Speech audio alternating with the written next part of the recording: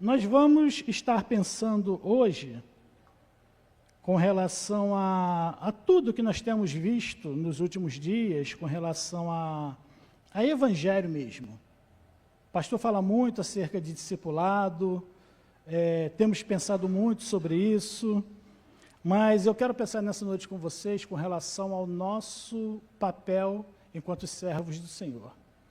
Qual é o nosso compromisso realmente com esse evangelho que nos alcançou e que nós somos testemunhas dele. Somos pessoas realmente separadas pelo Senhor para levarmos adiante a palavra que um dia nos alcançou. E nós vamos estar pensando nisso nessa noite com base em um personagem da Bíblia, um personagem bastante conhecido, e vai ser realmente a nossa temática hoje. Nós vamos estar pensando acerca de João Batista. E para isso nós vamos estar lendo o Evangelho de Lucas, no capítulo 3, do verso 1 ao 6 e do verso 15 ao 18. E eu convido os irmãos a se colocarem de pé.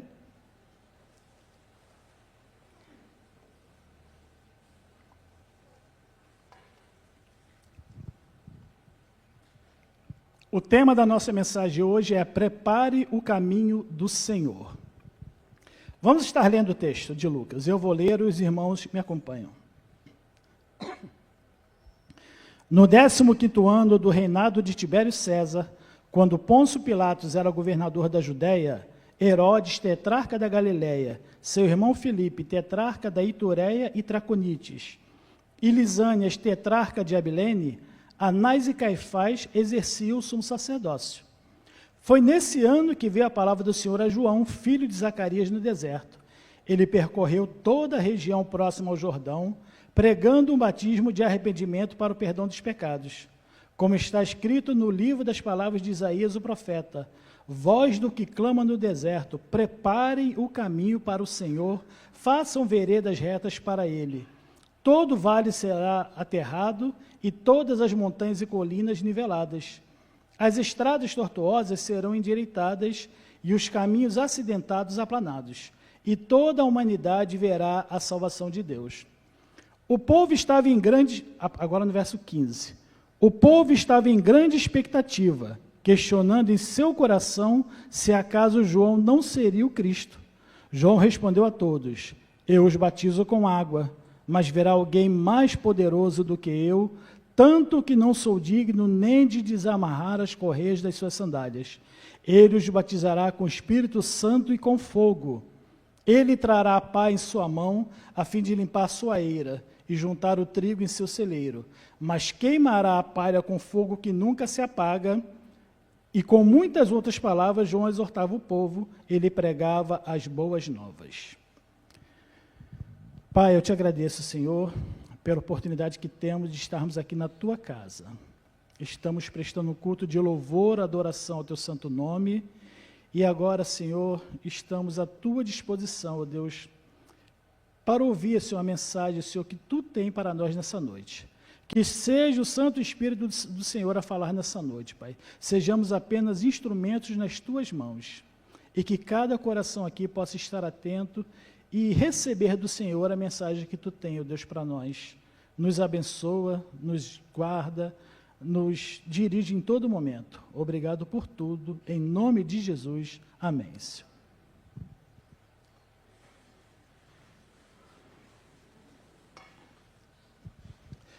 Falando de João Batista, quem foi João Batista? João Batista, o precursor de Jesus.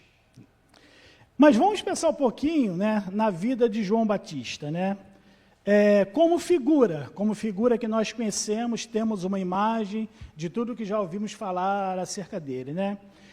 João Batista era alguém que andava descalço pelo deserto, se vestia de pelos de camelo e usava um cinto de couro, comia gafanhotos e mel, vivia um estilo de vida que chamava a atenção. Se a gente for contextualizar isso, trazer para os nossos dias, uma pessoa com uma aparência dessa, se encontrássemos na rua, fatalmente nós iríamos chamar talvez de morador de rua. Ou um maluco, pelo modo que está andando. Em décadas passadas, lá pelos anos 70, diríamos que era um hippie, talvez, né? Pelo tipo, né, pela característica que ele se portava. Mas, além dessa figura excêntrica que João parecia, né, algo chamava realmente a atenção.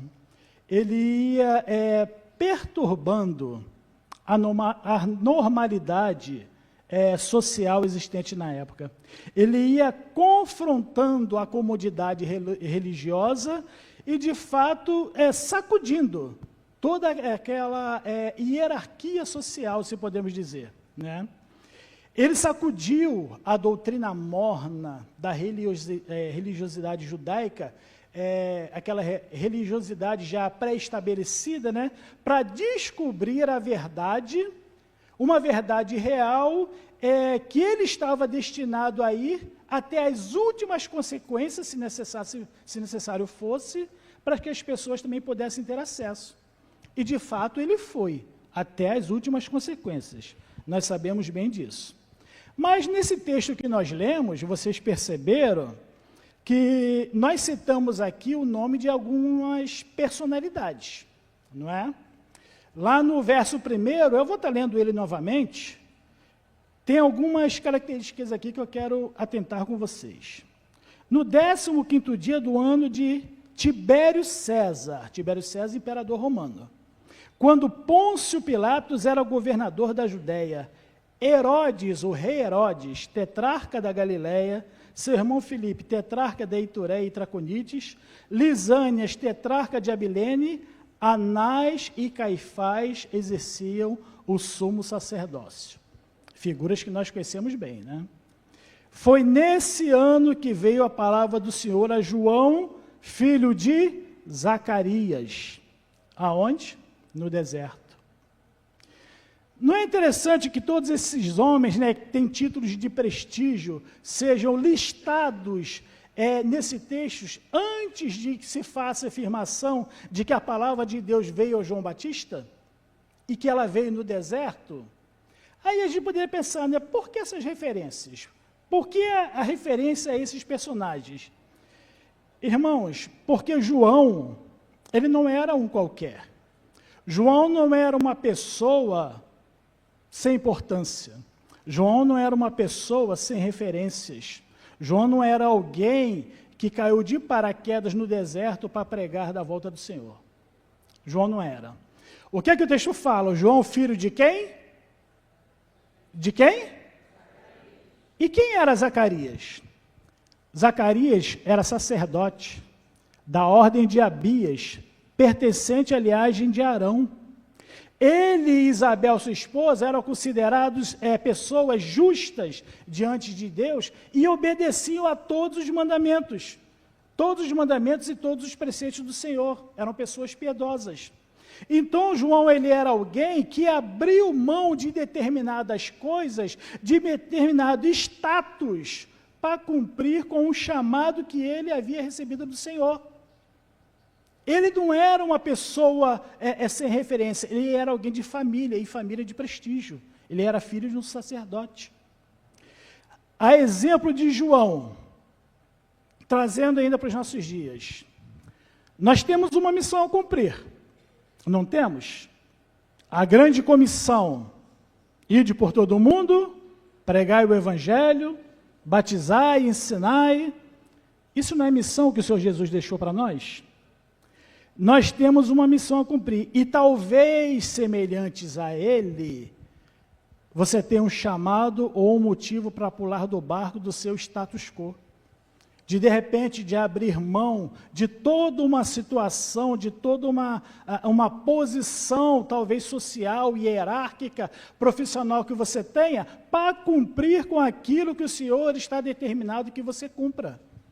E quantos exemplos de pessoas nós temos, né, no nosso cotidiano, talvez no nosso próprio entendimento, conhecimento, de que abriram mão de coisas que outros poderiam julgar assim, é louco de abrir mão disso para ir viver de igreja, né? Para ir viver de religião. Não, abrir mão para ir pregar o Evangelho, abrir mão em nome daquilo que é realmente o que faz a diferença e que causa realmente a referência para que se viva uma vida correta como deve ser vivida. Abrir mão para cumprir a vontade de Deus, abrir mão em nome daquele que é único e que de fato nos chama. João abriu mão e foi viver essa prerrogativa, né? E eu me sinto assim, como eu vou dizer assim, levado realmente, né, a destacar, né, a vida de João Batista, porque ela representa realmente o próprio chamado que nós recebemos como pessoas proféticas que somos. Essa palavra profética, às vezes assim no nosso meio batista, ela soa meio estranha quando a gente fala, né? Profético, isso parece coisa de neopentecostal, né? Mas, irmãos, nós somos pessoas proféticas, sim. Nós não temos uma missão, nós não temos uma grande comissão a cumprir, e essa grande comissão que nós temos para cumprir, o que é? Senão anunciar daquilo que está por vir. Anunciar da volta do Senhor.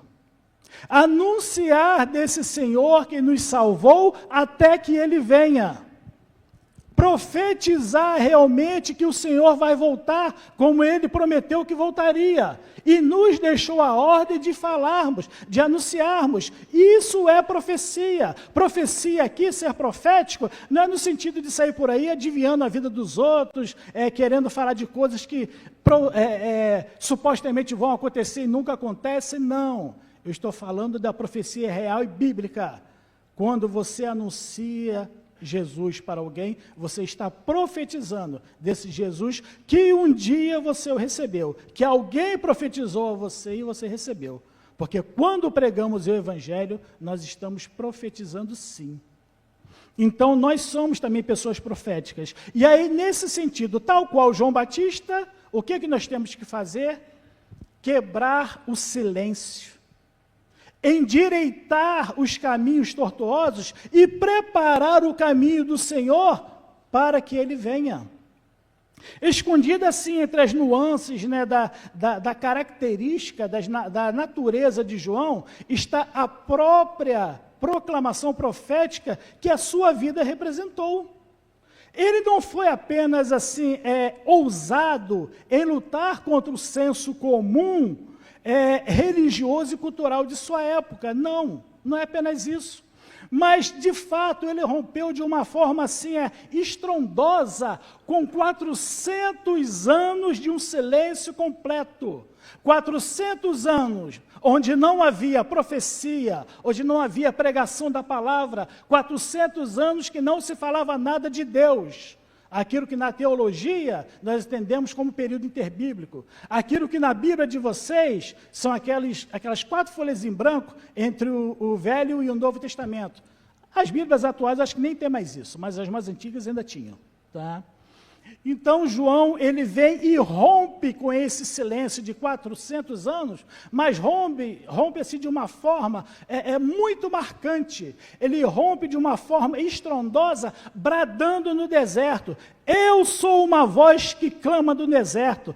Prepare o caminho para a vinda do Senhor. Está lá em João 1, verso 23, ele próprio dizendo. Ele estava abrindo caminho e assumindo uma postura que mudaria a história. Ele não estava nem um pouco preocupado com os pensamentos dos homens, ou se a sua linguagem seria aceitável, reconfortante, lisonjeira ao ouvido. Ele não estava nem um pouco preocupado se as pessoas estavam gostando ou não de ouvir o que ele estava dizendo. Sabe, esse tipo de pregação que a gente vê hoje, pregação que só serve para massagear o ego, pregação que só fala aquilo que a pessoa quer ouvir, pregação que não confronta, pregação que não leva ao arrependimento, pregação que não traz mudança de vida, pregação que só eleva a figura humana a um status que não deveria ser citado. João não pregou nada para agradar ninguém, João pregou a verdade que liberta. Em vez disso, ele lançou uma ruptura sagrada, não apenas com as suas palavras, mas com seu estilo de vida, que desafiou, inclusive, a cultura da época.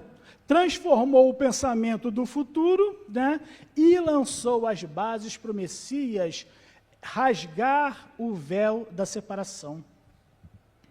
Não há mais separação entre o homem e Deus, como havia até João. Agora nós temos livre acesso ao Senhor. Nós podemos buscá-lo e o encontraremos se buscarmos. Não temos intercessores. O nosso único mediador é o próprio Jesus Cristo. E ele é aberto a cada um que quiser recebê-lo. Eu diria que o João ele estava se movendo fora da esfera de como as pessoas achassem que Deus devesse se mover. As pessoas tinham uma ideia acerca de Deus. João se movia exatamente na oposição daquilo que as pessoas pensavam sobre Deus. E isso é um problema. Isso é um problema, pensando em nós, porque muitas das vezes nós queremos colocar Deus numa caixinha e pensamos que ele só age assim assado. Pensamos que Deus ele tem um método de agir já pré-formulado ou direcionado, né?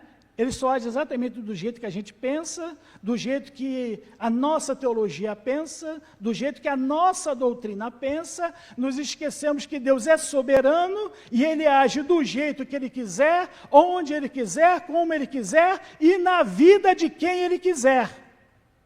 Deus tem liberdade para fazer o que ele quiser. Nós é que temos que estar atentos à voz dele e pronto para agirmos quando ele agir na nossa vida, nos chamando realmente para tomarmos alguma posição, assumirmos algum posicionamento.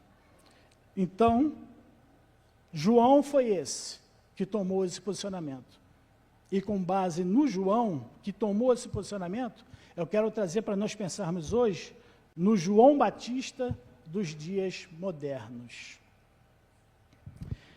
Meu irmão, eu quero encorajá-lo a você pensar como seria um João Batista moderno hoje em dia. Como seria preparar o caminho do Senhor no século 21? Para passar da terra da conformidade para uma terra de impacto e transformação, como seria isso? Como se daria isso? Eu quero desafiá-lo a considerar como seria se você pegasse a palavra profética do Senhor, que foi declarada sobre a sua vida, tá? E deixasse que ela penetrasse no seu interior e o levasse a uma ação em seu lar, em seu trabalho, na sua escola, no seu bairro, no seu mundo, ou no mundo de alguém. O que isso poderia causar? Se você assumisse, né, essa palavra que transformou a sua vida e colocasse ela como um instrumento realmente de ação em direção a outros. Haveria alguma revolução? Haveria um movimento moderno, talvez, de mudança, né? Uma mudança moral? Haveria, talvez, milhares sendo batizados no mar do arrependimento? Se você se posicionasse a ser o profeta dessa geração, aquele que está pronto a anunciar a verdade da volta do Senhor Jesus, isso traria transformação? Estamos no momento profético da história. Nós estamos no momento profético. Mas o Senhor está fazendo coisas novas, a gente percebe isso claramente. Mas eu não estou dizendo isso com base nesse frenesi escatológico que nós estamos vendo acontecendo nos últimos dias. A gente vê isso claramente em postagem nas mídias, nas redes sociais, né?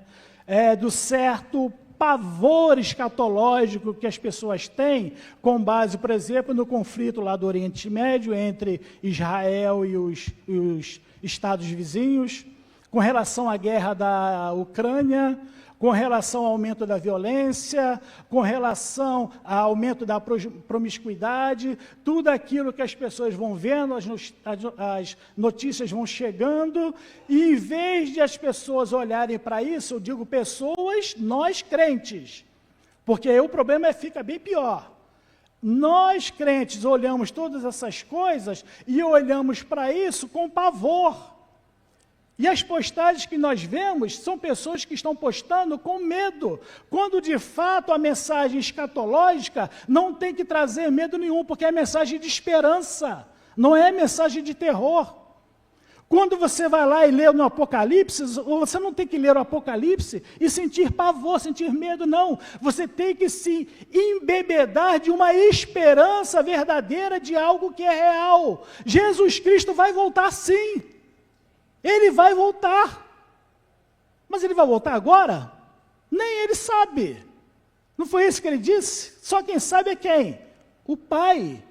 Então, como o pastor Arido falou de manhã, eu já estou com isso na cabeça já há dias. Inclusive, eu conversei com ele sobre isso na segunda-feira. Nós não temos que ficar fazendo continhas, ficar dando uma de investigadores, tentando imaginar esse ou aquele simbolismo que significa. Isso não leva a nada. Nós temos que viver o agora, o hoje e já. Porque Jesus vai voltar sim. Voltar para cumprir tudo aquilo que está proposto, certo? Mas ele volta a cada dia na vida daquele que o recebe como Salvador. Ele já voltou para mim. Ele já voltou para você. Ele já voltou para você? A volta triunfante no final dos tempos, como se diz, é outra história. Mas eu já tenho Jesus na minha vida.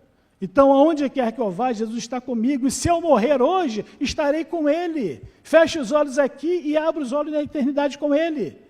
Então, eu não tenho que ficar preocupado com esse disse-me disse, com essas coisas que acontecem, porque se isso apontar para a volta dEle, eu tenho que pensar qual é o meu papel nisso. O que eu tenho feito para que Ele volte? Porque vamos pensar bem, né? Pensando nessa situação que acontece. É algo, como eu falei, não serve de referência. Mas é bom que esteja acontecendo, porque pelo menos serve para trazer à memória uma verdade de quase 2000 anos atrás, de que ele realmente voltará. E às vezes a gente se esquece disso, as pessoas parecem que se esquecem. Porque anunciar que ele vai voltar, tudo bem, mas anunciar que ele pode vir para a sua vida hoje, já, agora, esse é o nosso papel na grande comissão. Fazer com que mais e mais pessoas conheçam desse Jesus, fazer com que mais e mais pessoas possam ter acesso a essa esperança que mudou a minha vida e terem também suas vidas transformadas. Para isso é que é o Evangelho, para isso é que nós somos realmente pessoas separadas pelo Senhor para proclamarmos essa verdade. Para Lucas, o início do anúncio do Evangelho ocorre com o chamado e a missão de João, que não por acaso ele já nos apresenta como aquele que anuncia o Evangelho. Nós lemos isso lá no verso 18 do capítulo 3. E aí, eis então o relato solene que Lucas insere na macro história do Império Romano, no texto que nós lemos, do reinado e do sacerdócio judaico e evento decisivo, a intervenção de Deus no deserto, que acontece num momento único da história e que vale a pena nós ficarmos realmente atentos, prestarmos bastante atenção nisso, tá? Vou ler novamente esse verso, mais uma vez. Vamos ler todos juntos? Vai ser projetado? No 15º ano, vamos ler. Quando Pôncio Pilatos era governador, Herodes,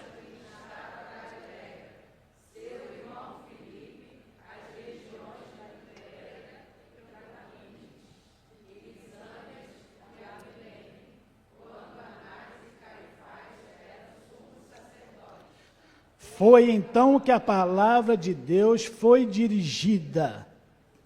João, o filho de Zacarias, no deserto. Foi dirigida, caiu sobre ele, sobre João. Veio sobre João a palavra no deserto. E eis aí realmente o evento decisivo, irmãos, né? A palavra de Deus acontece sobre um homem, né? Sobre João, pertencente à estirpe sacerdotal. Não era uma pessoa sem referências, né? Mas, naquele momento, um andarilho no deserto de Judá, institui-o como profeta e ele se torna o porta-voz do próprio Senhor Deus. A profecia que há 4 séculos havia silenciado Israel, portanto, ela torna-se novamente presente, né, em um homem que, tendo se tornado um pregador itinerante, ele percorre todo o Vale do Jordão, toda aquela região marginal situada entre a Terra Santa e o deserto, né, para fazer com que o povo retorne ao seu Deus. Um propósito único, fazer com que o povo retorne a Deus, né? E uma pregação que confronta, porque João, ele prega a conversão, ou seja, ele exige uma mudança de mentalidade, de comportamento e de estilo de vida.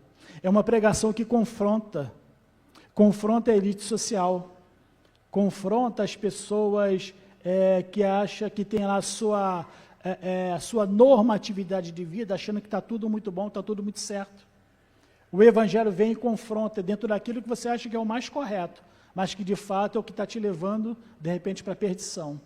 O Evangelho, ele é confrontador, né? Ele é confrontador, ele pede que essa vontade, essa decisão, essa conversão, né, que só pode ter origem no coração do homem, seja acompanhado por um gesto, por uma atitude que é imergir nas águas, ser batizado nas águas do Rio Jordão.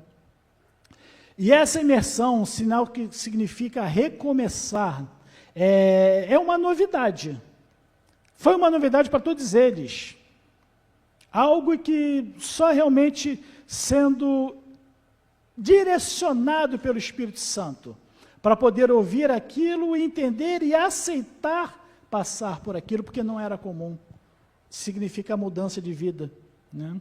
É uma novidade que foi realizada publicamente diante de todos. Não era algo feito em secreto. Todos eram testemunhas. A pessoa emerge e com isso toma o compromisso de uma mudança, de uma ação específica que gera uma mudança e que isso deverá realmente ser um guia e um critério para toda a vida. Que inclusive isso veio fazer parte da grande comissão que Jesus deixou. Ele não citou que deveríamos o quê? Batizar? Então é algo que se torna realmente perene, é algo que se torna realmente compromisso. E a conversão, o que era a conversão que João propunha? Um retorno à estrada que leva a Deus, um retorno ao Senhor, dirigir-se a Ele. E isso, de acordo com os evangelhos, e a gente, se ler os evangelhos, a gente compreende, né? Nesse gesto está realmente contido uma grande novidade, que também eles não entendiam, que é a remissão dos pecados. Essa conversão significa tudo aquilo de errado que eu fiz, tudo aquilo que poderia ser julgado como imoral, ilegal, tudo aquilo que poderia ser pernicioso para as pessoas à minha volta, não importa, a partir do momento que eu me converto, tudo aquilo é perdoado. Não há mais acusação sobre mim. Deus não olha mais para isso. Deus olha o coração contrito, o coração que se arrepende. Então, não há dúvida, é Deus quem produz em nós o querer e o realizar, como está lá em Filipenses 2,13. E que sempre nos oferece, bem antes de nós o desejarmos ou buscarmos, Ele nos oferece o seu amor, né, que é misericórdia infinita. E se o amor de Deus é misericórdia infinita, então é perdão infinito que nós recebemos. No momento em que entregamos a vida ao Senhor, no momento em que realmente nos convertemos, abandonamos o velho homem. E eu vou te dizer, você que está aqui hoje, tá? Você, meu amigo, você que está de repente visitando a gente hoje, saiba de uma coisa, Deus sempre te amou. Deus sempre te amou, não houve um momento na sua vida sequer que Deus tivesse deixado de te amar ou se esquecido de te amar. Deus te ama 24 horas por dia, desde o dia do seu nascimento. Ele te ama de uma tal maneira que você não faz ideia, você não há como mensurar isso, tá? Ele sempre te amou e Ele sempre ofereceu a você esse amor. Ainda que você não sabia disso até hoje, mas está sabendo agora. Deus sempre te ofereceu esse amor. Você que talvez não tenha tido a oportunidade ainda de ter se encontrado com Ele. E talvez hoje seja o dia desse encontro. Talvez hoje seja o dia de realmente você entender isso. Ou mesmo, não sei, talvez você que um dia experimentou desse amor, mas em algum momento na estrada da vida se esqueceu dele. Em algum momento se afastou, né? Talvez hoje seja o momento de você voltar, porque hoje você está sendo relembrado disso. Deus nunca deixou de te amar, não importa por onde você tenha andado, tá? Se nós nos abrirmos para receber esse amor e soubermos acolhê-lo, né, acolhendo, nos convertermos, então o dom do perdão dos pecados, ele nos alcança e opera aquilo que nenhum de nós poderia operar. Nós não temos capacidade nenhuma, nós mesmos, de nos absolvermos das culpas. Mas aquele que é soberano, aquele que deu a vida em nosso lugar na cruz, levou sobre si os nossos pecados, ele nos absolve de toda culpa. Ele é a nossa redenção. Tá? E esse é o Evangelho. Essa é a boa notícia que começa a ressoar lá entre as dunas e as rochas do deserto, pregada por aquele homem, pregada por João, a todos os povos. E agora, se João não está mais aqui, se João não está mais aqui para ser o precursor da vinda de Jesus, né? Esse então é o nosso chamado. Nós é que temos que dar continuidade a essa mensagem. Nós é que temos que preparar o caminho do Senhor. Preparar o caminho do Senhor. Vamos pensar aqui. Quando o rei chega, ele é precedido por um arauto. Ele é precedido, alguém que anuncia a chegada do rei. Dependendo do local, as trombetas soam, as pessoas se reúnem, o caminho é preparado. É assim a chegada de um rei. Jesus é o rei dos reis, né? E antes de Jesus começar o seu ministério, antes de Jesus realmente chegar, ele foi mais uma vez anunciado pelo profeta João. Por que mais uma vez? Porque antes de João, lá no Antigo Testamento, Isaías já anunciou, Joel anunciou, Amós anunciou e tantos outros profetizaram acerca do Messias que viria. Então, João foi aquele, o derradeiro, o último a anunciar da vida do Senhor antes que ele viesse. João, ele se torna realmente a voz que grita no deserto, que clama, preparem o caminho para a vinda do Senhor. Foi no deserto que a preparação começou. Isso é algo que chama muita atenção no texto que nós lemos, porque ela começou no deserto. E aí, se começa no deserto, é para a gente pensar o seguinte, que nós não temos que esperar até que haja uma hora mais conveniente para a gente começar, de fato, a fazer aquilo que nós somos chamados.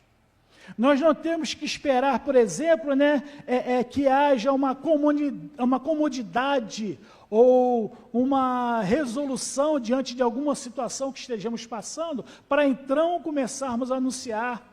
Nós não temos que esperar que a coisa esteja tudo bem, tudo esteja muito bom, tudo esteja muito certo, para a gente começar a anunciar.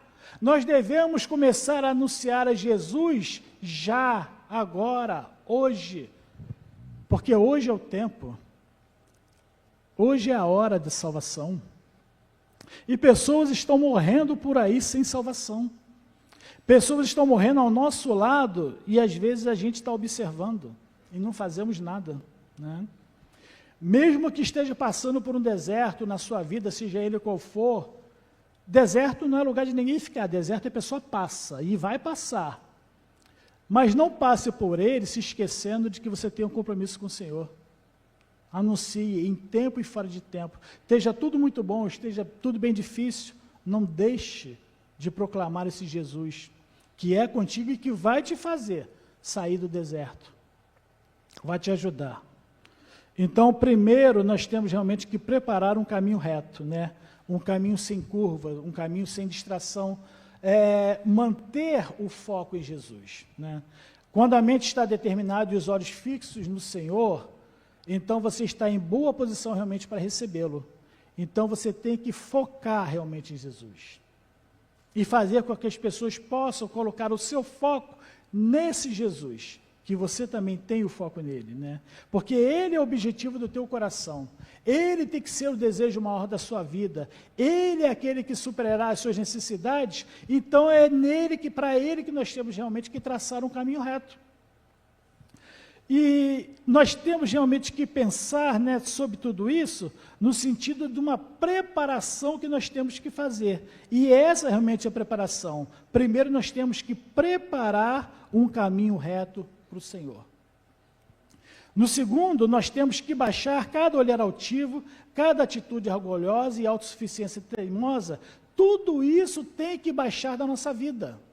Nós temos que ser pessoas realmente, estarmos propensas a dar um tempo realmente da nossa altivez e nos humilharmos diante do Senhor. Reconhecer que nós não somos dignos sequer de desatarmos as sandálias dele. Nós não somos dignos de nada, e ainda assim ele conta conosco. Deus é tão grande, Deus é tão maravilhoso, Deus é tão soberano. Nós não somos nada diante dele, e ainda assim ele conta conosco. Olha o privilégio que nós temos. Diante de um Deus tão magnífico, termos a oportunidade de sermos usados por ele para proclamarmos o reino dele. É tempo realmente de nós nos humilharmos diante do Senhor. Deixarmos realmente um coração humilde e contrito, né? E Deus deseja isso de nós. Deus deseja realmente esse coração humilde, esse coração contrito. E por que que Deus deseja um coração humilde e contrito? Porque a estrada, a autoestrada, o caminho que leva ao Senhor, passa exatamente pelo coração humano. A autoestrada do Senhor passa pelo meu coração e passa pelo seu coração, meu irmão. Deus deseja esse coração, então devemos realmente fazer baixar a montanha do orgulho, a montanha da altivez, né? E nos propormos realmente a abrirmos esse caminho para o Senhor. Um caminho que começa sendo aberto aqui. E vamos com a direção do Espírito Santo do Senhor, abrindo em direção aos corações de tantas quantas pessoas Deus colocar no nosso caminho. Terceiro, as dúvidas e o desespero são removidos. Jesus, por causa da esperança que lhe estava proposta, ele suportou a cruz. Essa cruz, a cruz que eu não suportaria, que você não suportaria, Jesus suportou por mim, por você, ele suportou por todos nós. E ele suportou por amor. Então, para preparar o caminho do Senhor, nós devemos endireitar os nossos caminhos tortos. Nós devemos endireitar tudo aquilo que represente um atalho, tirar da nossa frente tudo aquilo que significa uma segunda via, né? Rejeitar todo o pensamento duplo, né? Tudo aquilo que desqualifica ou possa desqualificar o gesto de Jesus na cruz. Tudo aquilo que represente algo contrário ao que Jesus fez por nós, nós temos que tirar isso de nós, essas dúvidas não podem haver, tudo isso tem que ser removido. O nosso desejo tem que ser um só. O Senhor tem que ser o nosso primeiro desejo. Ele tem que ser o desejo maior da nossa vida, a razão realmente da nossa existência. Ele tem que ser o nosso primeiro amor, porque Ele é o teu primeiro amor. Ele é aquele que tem que suprir tudo aquilo, certo? Que humanamente falando, a gente não conseguiria suprir com nenhuma outra coisa, né? E quando nós vamos atrás de outras coisas, de outros desejos, de outras satisfações, achando que isso é de fato a razão da existência, a isso é que cria realmente caminhos tortos. Quando nós direcionamos para a nossa vida qualquer coisa que pareça esperança, mas que de fato não é, porque a nossa esperança está no Senhor. Ele é a nossa esperança. Nessa preparação, nós temos que retornar ao primeiro amor. E a quarta e última indicação nessa lista de preparação é o nivelamento dos lugares ásperos. Nivelar os lugares ásperos, aplanar o terreno, né? Remover as pedras de tropeço do pecado, retirar do coração os espinhos da rebelião, Tá? Confessar o pecado e vai ser purificado pelo sangue de Jesus. Se confessarmos os nossos pecados, Ele é fiel e justo para nos perdoar os pecados e o quê? Nos purificar de toda injustiça.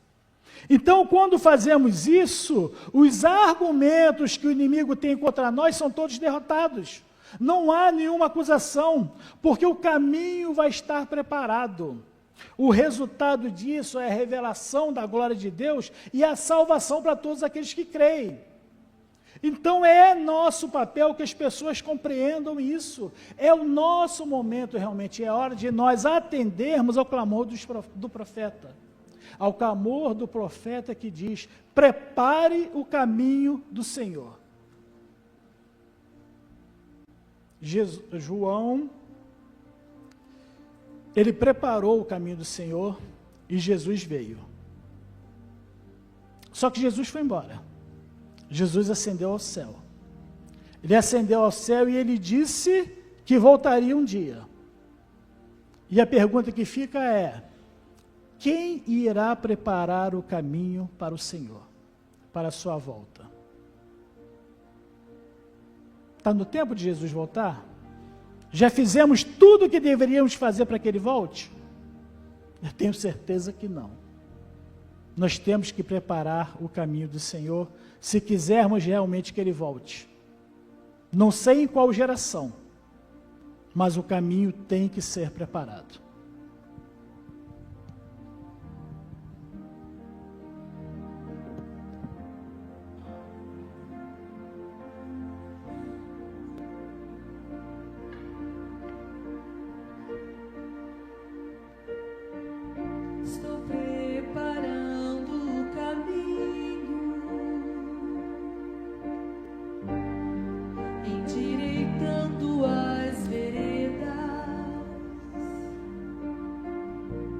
Cada vez mais diminuindo, o que importa é que Ele cresça. Nele o meu prazer está. Eu não sou digno de desatar as suas sandálias.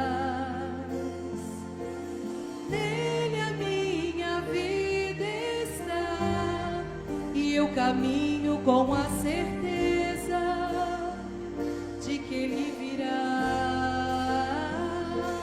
E Ele, por Ele que eu estou gastando a minha vida, perdendo tudo por amor e com alegria, dono dos meus dias.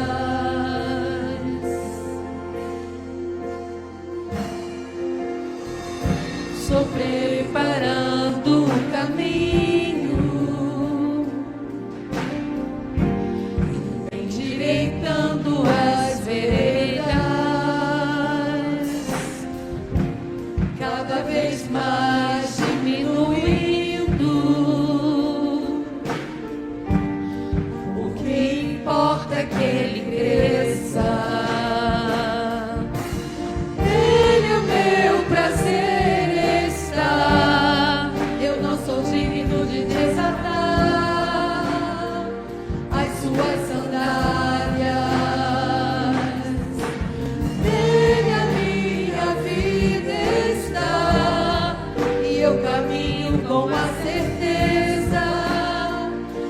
Ele virá.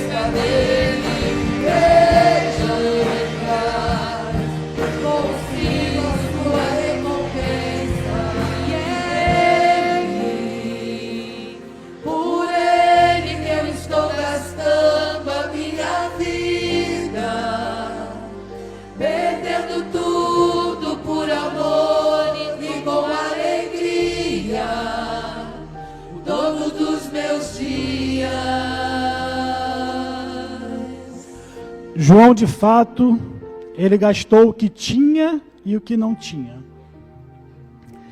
E se existe algo assim que marcou a vida de João, que a gente possa pensar, né, que foi uma referência para nós, vamos pensar nisso. Pense nisso. Ele entregou tudo. Ele tinha tudo. E ele entregou tudo, inclusive a própria vida. Porque nós precisamos estar dispostos a entregarmos tudo ao Senhor. Ele quer a nossa vida, Ele quer a minha vida, Ele quer a sua vida. Você está disposto a abrir mão daquilo que você acha, tá? Que é a sua normatividade de vida? Você está disposto a entregar a sua vida como um todo na mão do Senhor? Quantas vezes, né, a gente precisa realmente gastar tudo, sabe por quê? Porque quantas vezes, por exemplo, a gente passa por uma pessoa na rua com dificuldade e a gente não para. A gente não para porque a gente acha que alguém vai parar. Quantas vezes nós temos a oportunidade de falar para Jesus para alguém no dia a dia, nos lugares onde passamos, nos lugares onde estamos, pessoas que encontramos, nós temos oportunidade de falar de Jesus e não falamos. Não falamos porque pensamos que alguém virá após nós e vai falar. Quantas vezes nós temos oportunidade de abrirmos as nossas casas ao Evangelho e não abrimos? A gente não abre porque a gente pensa que outras casas na nossa rua, no nosso bairro, vão se abrir em lugar da nossa. Quantas vezes nós estamos terceirizando a mensagem? Nós estamos terceirizando o testemunho, terceirizando o evangelho, terceirizando o ide, não vamos esperando que outros vão em nosso lugar. Quantas vezes? E aí a gente pensa, né, por que a igreja não cresce? Por que as pessoas não vêm? Por que as coisas não mudam? Porque nada que nós fazemos, como sempre fizemos, e achamos que isso é a nossa tradição, nós sempre fizemos assim, então vamos continuar fazendo assim, e as coisas vão continuar não mudando. Sabe por quê? Porque se fazemos como sempre fizemos, isso não produz crescimento. Porque nós insistimos em jogar a rede do mesmo lado e não damos ouvidos à voz do mestre que diz: sobre a minha palavra, jogue a rede do outro lado. Nós não estamos realmente disponíveis à mudança. Nós não nos dispomos a isso, a sermos realmente a mudança. João Batista, ele entendeu o chamado de Deus. Ele deixou tudo por amor e com alegria, ele não mediu esforços. Ele foi o precursor de anunciar a esperança aos homens. Nós somos chamados a anunciar essa esperança. Esperança de um futuro. Nós já anunciamos a esperança de um futuro. Mas aí a gente para e pensa, o que há nesse futuro que a gente anuncia? O que tem nesse futuro para nós anunciarmos? Sabe o que tem nesse futuro? Jesus há nesse futuro. Jesus há nesse futuro porque Ele já está lá nesse futuro. Porque Ele já está lá, porque Ele foi na nossa frente e disse que já nos preparou o lugar. Então é isso que nós temos que anunciar. Esse é o futuro que nós anunciamos. O futuro que já nos está preparado. Jesus já nos preparou o lugar. Então, meus irmãos, para a gente concluir, João ele anunciou, João preparou o caminho, Jesus veio e atraiu multidões. Nós conhecemos os evangelhos. Jesus atraiu multidões, multidões acompanhavam Jesus. Da multidão, ficaram 12. De 12, haviam 3. De 3, apenas um acompanhou Jesus até a cruz e ficou próximo dele na cruz.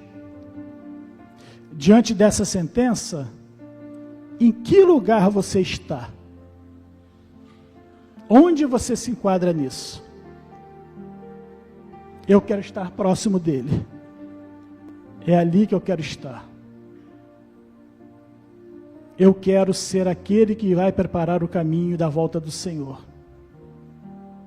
Pelo menos da volta do Senhor na vida de alguém.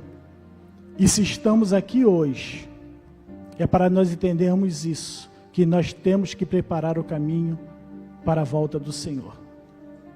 Feche seus olhos, vamos orar. Mas antes de orar, eu quero saber de você, meu amigo que está aqui nos visitando, se você entendeu o quanto Jesus te ama, o quanto essa mensagem começada lá em João Batista também foi para que alcançasse você num amor de Deus já planejado, já direcionado para você, entendendo que Deus te ama e que Ele quer te salvar, e que a mensagem de salvação do Senhor é para hoje, é para agora já. Você quer entregar a tua vida a Jesus? Levante a sua mão onde você está para que eu possa ver. Se tem alguém que deseja hoje entregar a vida ao Senhor. Eu não sei se há pessoas aqui que ainda não têm o Jesus, mas se é alguém, alguma pessoa, ok, eu não vou insistir, mas continue com seus olhos fechados. Porque João Batista, ele anunciou, e Jesus veio. E aí eu quero fazer uma pergunta aqui a você, meu irmão. Uma pergunta que eu me fiz. Para que o Senhor volte, o caminho precisa ser preparado. O Evangelho precisa ser pregado. Quem serão os Joões Batistas dessa geração? Quem está disposto a ser de fato o João Batista dos nossos dias? Quem está disposto de fato a anunciar o Evangelho? Anunciar, ser usado pelo Senhor para ser aquele que comunica o Evangelho de Jesus.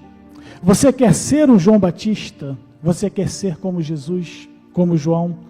Você quer anunciar, você quer ter autoridade, você quer ser usado pelo Espírito Santo de Deus para falar do Senhor até que Ele venha e para que Ele possa voltar, para voltar na vida de alguém? Se você quer ser, fica de pé onde você está, só fica de pé, para nós orarmos juntos. Eu já estou aqui, e eu estou aqui hoje justamente por isso, porque eu sei que eu tenho um chamado a cumprir, que eu não posso me calar. Eu não posso ficar quieto enquanto pessoas estão aí perecendo. A grande comissão que Jesus deixou, Ele não deixou para umas ou outras pessoas, Ele deixou para todos nós. Então é compromisso nosso. É compromisso nosso fazermos Jesus conhecido. É compromisso nosso anunciarmos o Senhor. E Ele não vai voltar enquanto o Evangelho não for pregado a toda a alma vivente. Mas Ele precisa voltar já na vida de muitas pessoas. Tem muitas pessoas que precisam ter um encontro com Ele agora. Você pode ser o João Batista na vida dessa pessoa, aquele que vai anunciar. Você quer ser o anunciador do Evangelho? Quer que o Espírito Santo te capacite para isso? Fica de pé. É isso que eu estou falando. É você realmente se deixar ser usado. E você realmente sentir arder no seu coração a chama do Evangelho, a chama do poder de Deus, essa chama profética que há em você. A vida profética que eu falo é essa, é falar para aquele teu amigo, aquele teu colega de trabalho, que Jesus volta na vida dele hoje, se ele quiser, e o liberta, o purifica, perdoa os seus pecados e lhe dá uma nova identidade, o transforma numa nova criatura. Isso é novo nascimento.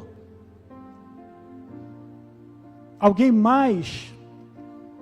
Também não vou insistir. Mas eu vou pedir a vocês ficarem de pé. Vem aqui na frente, vamos orar juntos. Porque eu vou orar. Eu vou orar. Porque isso também é para a minha vida. Tá?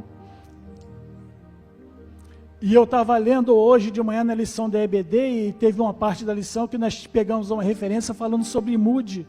E uma das coisas que me chamaram a atenção na vida de Moody foi que ele fez um propósito, e a gente ouvia isso, né, Levi? Desde a época do pastor Anuda, de que Moody, ele fez um propósito, que não passaria um dia sequer que ele não falasse de Jesus para pelo menos uma pessoa.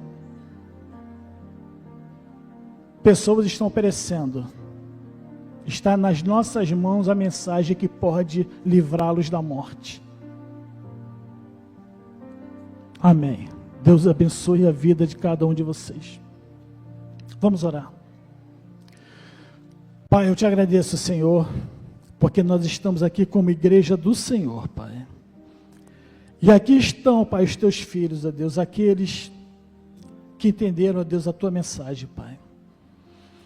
E a tua mensagem, ela é tão clara, Pai, ela é tão clara, não precisava nem, ó Deus, nós expormos ela aqui, ó Deus, no púlpito.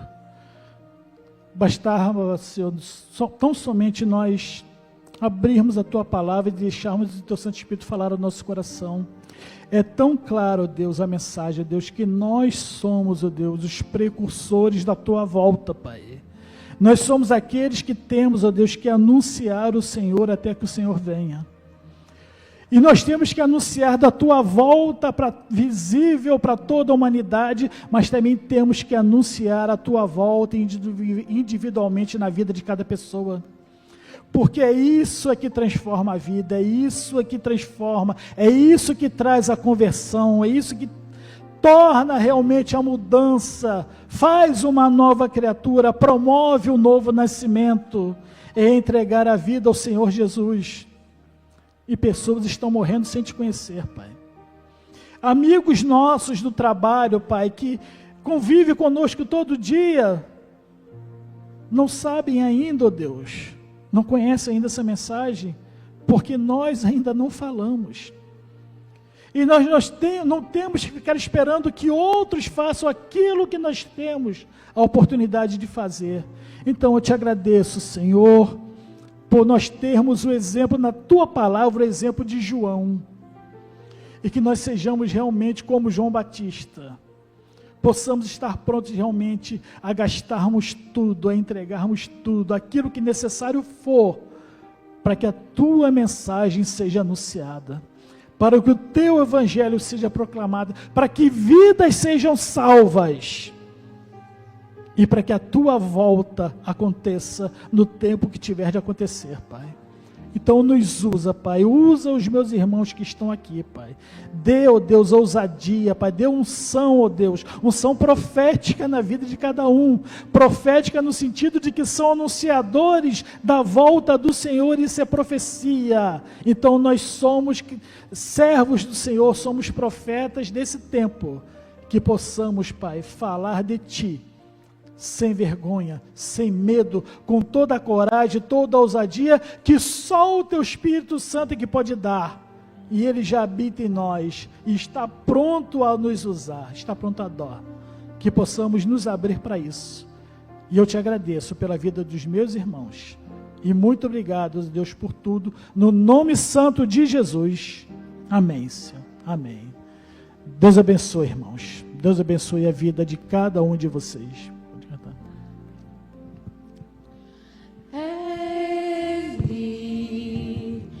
Por Ele que eu estou gastando a minha vida.